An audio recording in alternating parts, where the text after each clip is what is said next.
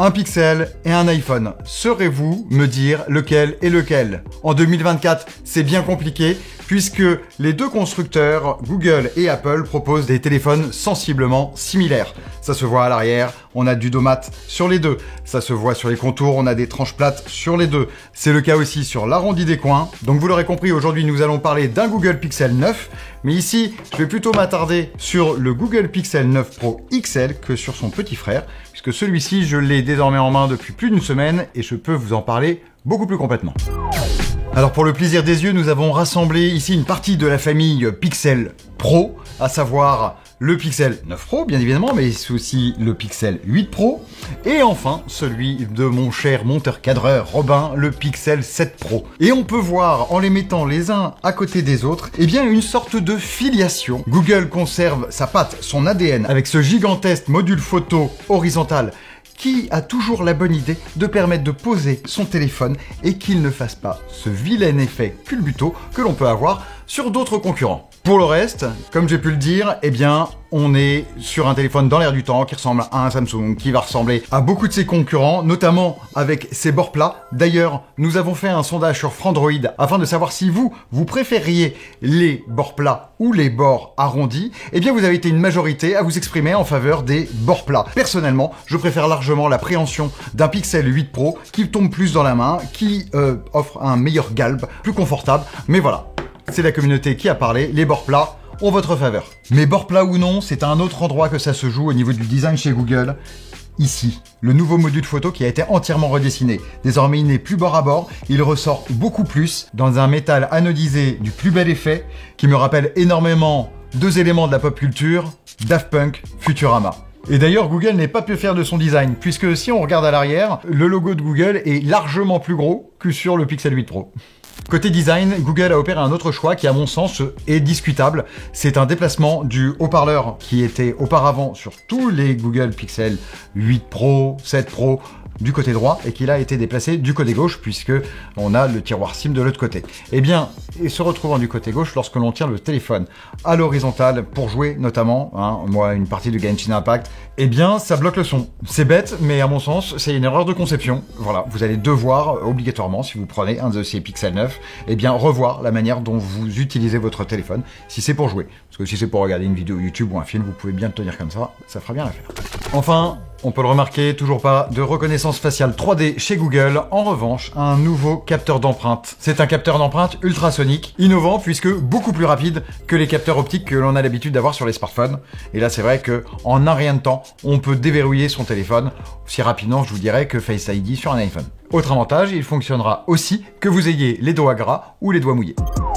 Pour l'écran de son Pixel 9 Pro XL, eh bien, Google n'a pas vraiment révolutionné la formule. On garde une dalle de 6,8 pouces qui est 120 Hz, qui est plate comme sur le Pixel 8 Pro. Côté calibration, il faut retenir trois choses sur cet écran. Côté contraste, c'est parfait, c'est de l'OLED, c'est infini, impeccable. Ensuite, au niveau de la fidélité des couleurs, il y a deux modes à l'intérieur. Couleur naturelle, couleur adaptative. Préférez l'adaptative. Pourquoi? Parce que la fidélité sera bien meilleure. Et lorsque vous achèterez un truc sur Internet, vous me direz merci. Troisième point, la luminosité. Notre sonde a relevé 2600 nits. C'était donné en pic à 3000 nits par Google. Autant vous dire que vous pouvez l'utiliser au bord de la piscine, les doigts de pied en éventail, avec un gros soleil de mois d'août, sans aucun problème. Et pour conforter mon avis, DxO Mark, donc célèbre laboratoire français, a testé également le Pixel 9 Pro XL et l'a classé au niveau de son écran premier de son classement 2024 et même de son classement général de tous les téléphones qu'ils ont testés. Donc c'est un excellent écran pour un smartphone premium de cette année. En photo, en revanche, DxO ne classe pas ce Pixel 9 Pro XL en première position. Il est en deuxième, derrière le Pura 70 de Huawei. Disons que pour le commun des mortels, il est premier. Il est vrai que visuellement, la différence ne saute pas aux yeux. On a exactement la même configuration qu'il y a 2 ans sur le Pixel 7 Pro, à savoir un grand angle, un ultra grand angle et un téléobjectif x5. Mais c'est dans la pratique que tout a changé. En réalité, il y a un pas de géant qui a été franchi par Google au niveau de ses algorithmes et j'en veux pour preuve le zoom x30 qu'on a sur les deux et qui est largement meilleur désormais sur le Pixel 9 Pro. De toute façon, vous avez les photos sous les yeux et elles parlent d'elles-mêmes. Et d'ailleurs, on peut ajouter un cran en plus en utilisant la fonction zoom amélioré du Pixel 9 Pro XL qui vient retravailler avec l'aide de l'intelligence artificielle tous les clichés que l'on prend et qui sera particulièrement efficace sur les photos prises à partir de zoom x10. Oui, parce que jusqu'en x10, en définitive, on peut peu ou prou se retrouver comme si on était sur un zoom optique grâce vraiment au magnifique traitement que Google propose sur ce smartphone. Et côté détail, eh bien, comme on peut le voir sur le zoom, c'est très bien, c'est chargé en détail, on a des photos vraiment riches. C'est la même chose sur le capteur grand angle, c'est également la même chose sur les capteurs ultra grand angle. Il y a une partie qui est aussi très intéressante, c'est qu'on va avoir un blanc qui est parfaitement neutre sur les 3 focales différentes. Et ça, c'est vraiment appréciable pour avoir une continuité dans ces albums photos. Dans son mode nuit, Google fait le choix de ne pas exacerber les lumières et donc de ne pas rendre extrêmement lumineux des endroits qui sont complètement plongés dans la pénombre. C'est agréable puisque on a un rendu totalement naturel. Certes, il y a des éléments qu'on verra pas, mais ce sera pas comme chez Samsung où on aura vraiment comme l'impression d'être en plein jour alors qu'on est plongé dans la nuit un peu profonde. En revanche, si vous avez suffisamment de conditions lumineuses, à savoir un lampadaire, les lumières d'une fête foraine ou même une lampe de chevet dans un intérieur, eh bien Google profitera de cette source pour pouvoir diffuser dans l'ensemble de la scène et récupérer un maximum de détails. Tout cela avec une colorimétrie juste et sans trop de bruit, un petit peu plus sur les bords lorsqu'on est en ultra grand angle néanmoins. Alors attention, il y a quand même quelque chose qui m'a déçu, moi, sur le rendu photo, c'est entre ce que l'on voit à l'écran lorsque l'on shoot une photo et le résultat après traitement algorithmique de Google, eh bien, on y perd du contraste et on y perd de la saturation. Alors attention, c'est pas valable partout, c'est valable dans certaines conditions lumineuses. Et là d'ailleurs, vous pouvez le constater vous-même. On l'a testé ici dans le studio et vous avez le résultat avant traitement et après traitement. Clairement, on perd en relief, le visage est complètement aplati, on a l'impression, et on a comme une sorte de voile qui a été appliqué sur le résultat d'image.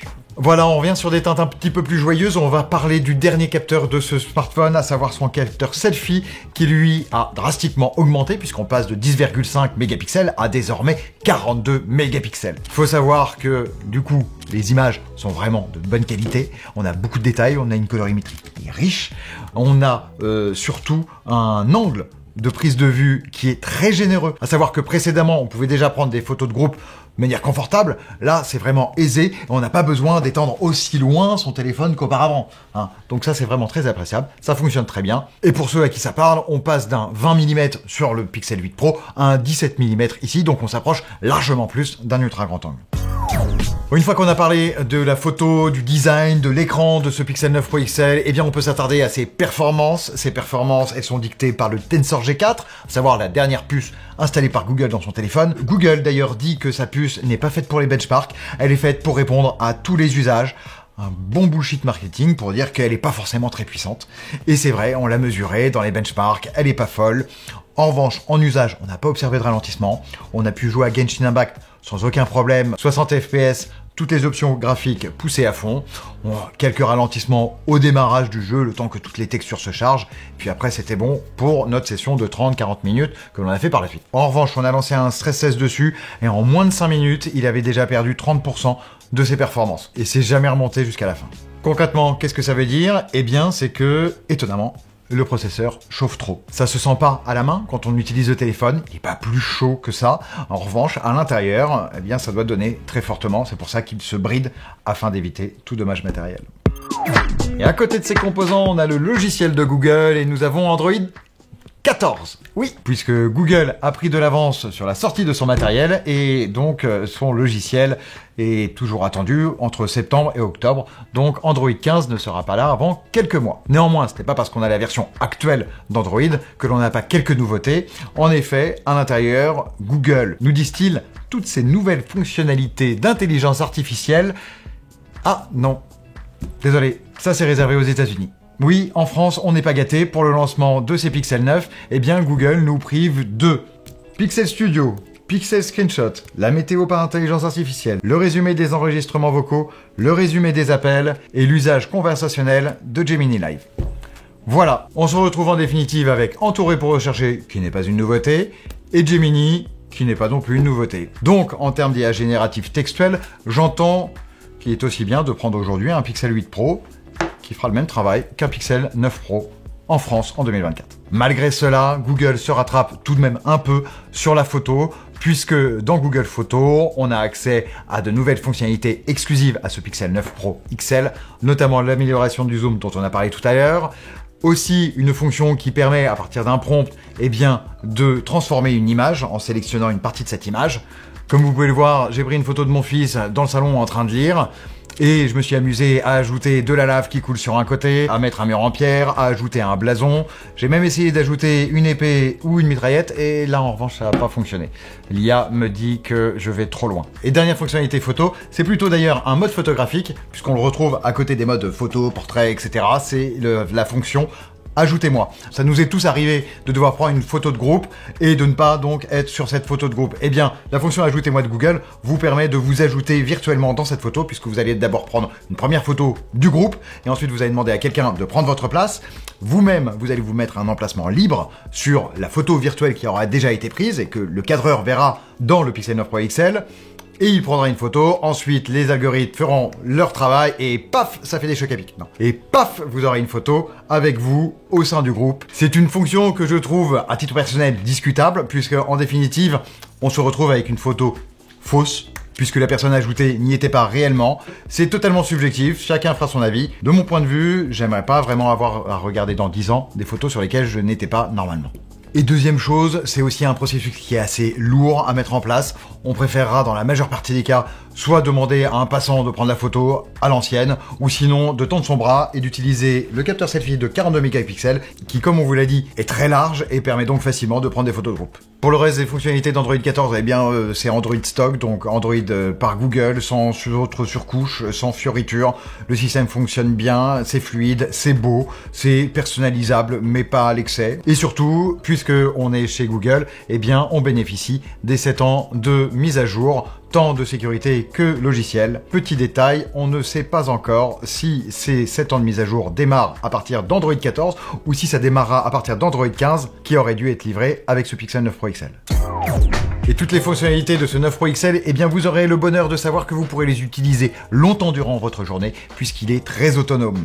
Sur notre protocole de TestVisor, le Pixel 9 Pro XL a tenu 13h50. 13h50, c'est mieux que le Pixel 8 Pro de l'année dernière, donc ça c'est déjà une très bonne chose. Il faut savoir que par rapport aux autres téléphones qu'on a testés en 2024, eh bien il se situe plutôt dans le haut du panier. Il est derrière un S24 Plus de Samsung qui boxe dans la même cour tarifaire, mais ça se joue à 7% environ de différence. Donc ce qui est notable, mais pas non plus forcément significatif dans un usage classique. On reste sur un téléphone qui vraiment permet de traverser sereinement une journée sans avoir à croiser une pré-secteur. Et autre bonification opérée par Google sur ce 9 Pro XL, eh bien c'est la puissance de charge puisqu'on passe à 37 watts. Petite différence puisque le Pixel 9 Pro classique, lui, demeure à 27 watts. Donc ça permet peu ou prou de récupérer 70% d'autonomie en 30 minutes. Donc est-ce qu'il faut l'acheter ou non ce Pixel 9 Pro XL? Eh bien la question est moins vite répondue que sur les années précédentes. On aurait pu dire sur un Pixel 7 Pro que oui, c'était un banger absolu. Sur un Pixel 8 Pro que si on pouvait prendre un Pixel 7 Pro c'était aussi bien. Là on a un design qui change résolument, c'est sûr. Ensuite c'est pas ce pourquoi on achète en premier un téléphone. Donc je dirais que un Pixel 8 Pro en l'état du logiciel du Pixel 9 Pro, eh bien aujourd'hui est aussi valable que ce smartphone. Pixel 8 Pro d'ailleurs qui est toujours officiellement vendu par Google sur le Google Store à 750 €. Donc là, potentiellement, ça peut faire hésiter. Et enfin, pour terminer tout de même sur ce Pixel 9 Pro XL, on peut dire que vous l'achetiez maintenant, demain, après-demain, l'avantage de Google, c'est que vous bénéficierez toujours des mises à jour en primeur, en priorité, et notamment vous bénéficierez des feature drops, donc c'est-à-dire des mises à jour avec de nouvelles fonctionnalités qui viendront enrichir l'expérience de Pixel, la Pixel Experience comme l'appelle Google. Et ça, c'est une particularité qu'a Google, qu'on peut retrouver chez Samsung avec One UI. Mais voilà, on a quelques constructeurs très premium qui permettent de profiter de cela. Google en fait partie. Voilà, c'est tout pour moi. Merci beaucoup d'avoir suivi ce test. J'espère qu'il vous aura permis d'en apprendre plus sur ce Google Pixel 9 Pro XL que l'on apprécie tout de même. N'hésitez pas à lâcher un petit commentaire, Philippe Etchebest les lit tous, à activer la cloche des notifications, à vous abonner à notre chaîne. Et pour ma part, je vous dis à bientôt. Ciao!